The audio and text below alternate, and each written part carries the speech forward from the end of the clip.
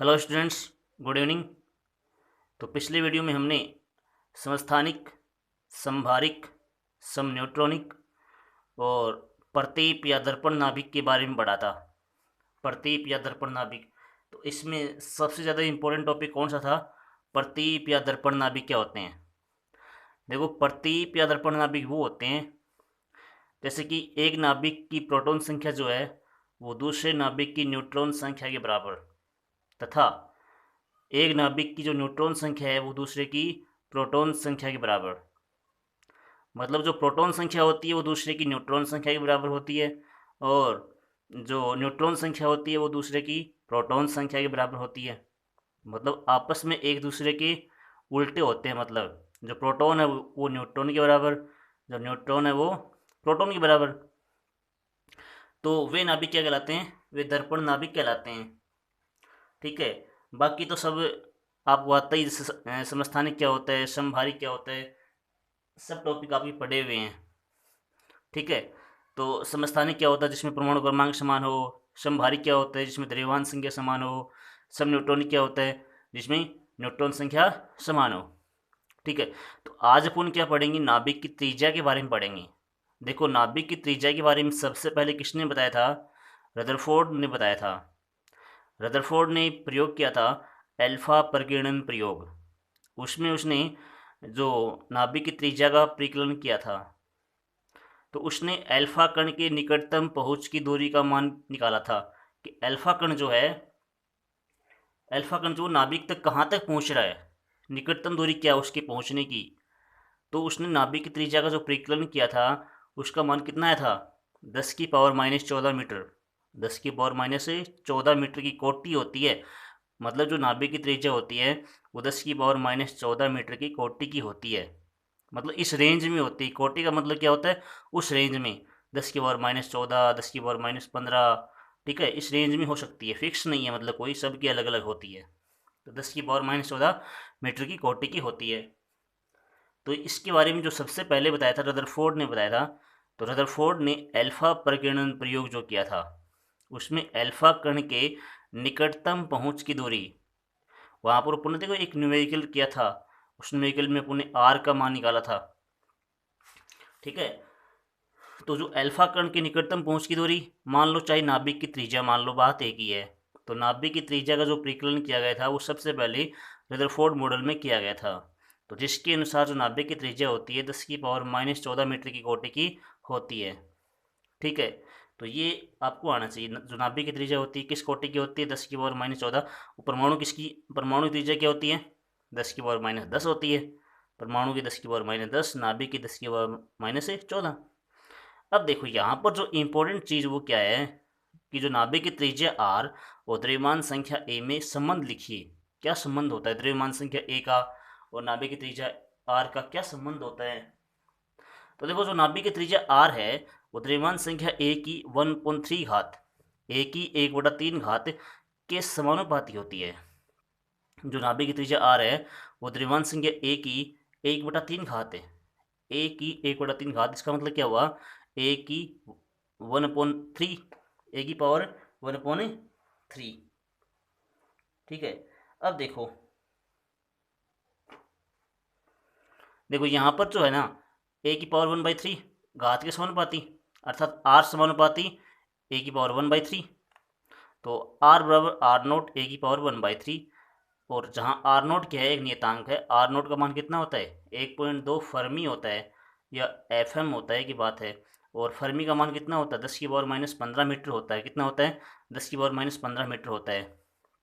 तो ध्यान रहे, यहाँ से क्वेश्चन, छोटा क्वेश्चन पूछ सकते हैं भाई कि नाभिक की त्रिज्या आर, द्रव्यमान संख्या ए में संबंध लिखिए। तो संबंध क्या लिखोगे आप? आर बराबर आर नोट ए की पावर 1/3। या फिर ऐसे भी क्वेश्चन पूछ सकते हैं कि जो त्रिज्या होती है वो द्रव्यमान संख्या ए की कितनी घात के समानुपाती होती है? कितनी घात के समानुपाती होती है? 1/3 घात के समानुपाती होती है। तो आर नोट बराबर 1.2 फर्मी। ठीक है, जो नियतांक का मान आ रहा है। आगे अपन आयतन निकाल सकते हैं। आयतन क्या होता है? V बराबर 4/3 πr³ गोलाकार होती नाभिक। तो यहाँ पर आर का मान रख देंगे आर नोट ए की पावर 1/3। तो समीकरण 1 व 2 से देखो मैंने आर का मान रख दिया है। आर नोट ए की पावर 1/3 है की पावर 3 है, ठीक है।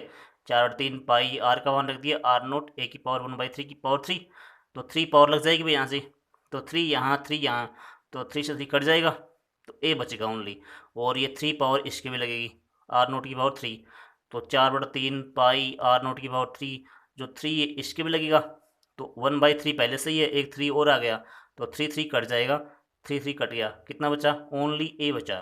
बाकी 4/3 pi r note cube, 4/3 pi r note cube और ओनली ए बचा। तो इसका मतलब ये बाकी सब नियतांक है, तो 20 कितना आ गया, ए आ गया। इसका मतलब क्या हुआ जो नाभिक का जो आयतन होता है वो द्रव्यमान संख्या ए के समानुपाती होता है, द्रव्यमान संख्या ए के समानुपाती होता है। अब देखो मतलब ये आपको आना चाहिए। देखो नेक्स्ट कर लेते हैं अपन कि जो नाभिक का आयतन भी होता है वो द्रव्यमान संख्या ए के समानुपाती होता है ना। अब देखो नाभिक का घनत्व कर लेते हैं। घनत्व फॉर्मूला क्या होता है, घनत्व क्या होता है फॉर्मूला कि घनत्व बराबर द्रव्यमान बटा आयतन, तो द्रव्यमान निकालना पड़ेगा। तो जो नाभिक के अंदर प्रोटॉन और न्यूट्रॉन दोनों होते हैं, तो प्रोटोनों का द्रव्यमान और न्यूट्रॉनों का द्रव्यमान जोड़ना पड़ेगा, तब जाके नाभिक का कुल द्रव्यमान आएगा। नाभिक के अंदर प्रोटॉन में न्यूट्रॉन भी होते हैं, तो प्रोटोनों का कुल द्रव्यमान न्यूट्रॉनों का कुल द्रव्यमान, तो सबको जोड़ना पड़ेगा। तो प्रोटॉन और न्यूट्रॉन का द्रव्यमान लगभग बराबर होता है भाई, 1.67 10⁻⁻27 kg होता है। तो दोनों को मैंने mm मान लिया कि प्रोटॉन का भी m मान लिया, न्यूट्रॉन का भी m मान लिया। तो नाभिक का कुल द्रव्यमान कितना होता है, प्रोटॉन का द्रव्यमान प्लस न्यूट्रॉन का द्रव्यमान कुल द्रव्यमान। तो प्रोटॉन जेड होते हैं नाभिक के अंदर, तो एक का m है तो कुल कितना हो जाएगा, mz हो जाएगा।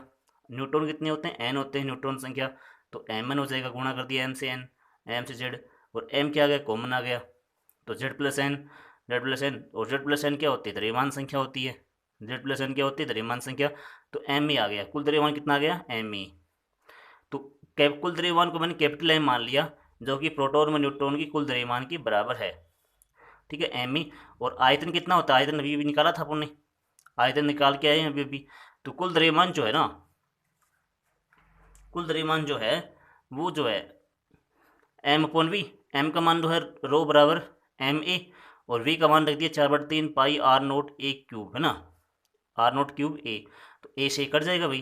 तो इसका मतलब बच गया क्या, ओनली बचा m 4/3 pi r note cube, और m का मान रख दिया 1.67 10⁻⁻27 kg, 4/3 पाई आर नोट का मान रख दिया 1.2 10⁻⁻15 मीटर क्यूब होता है, अभी भी आया था।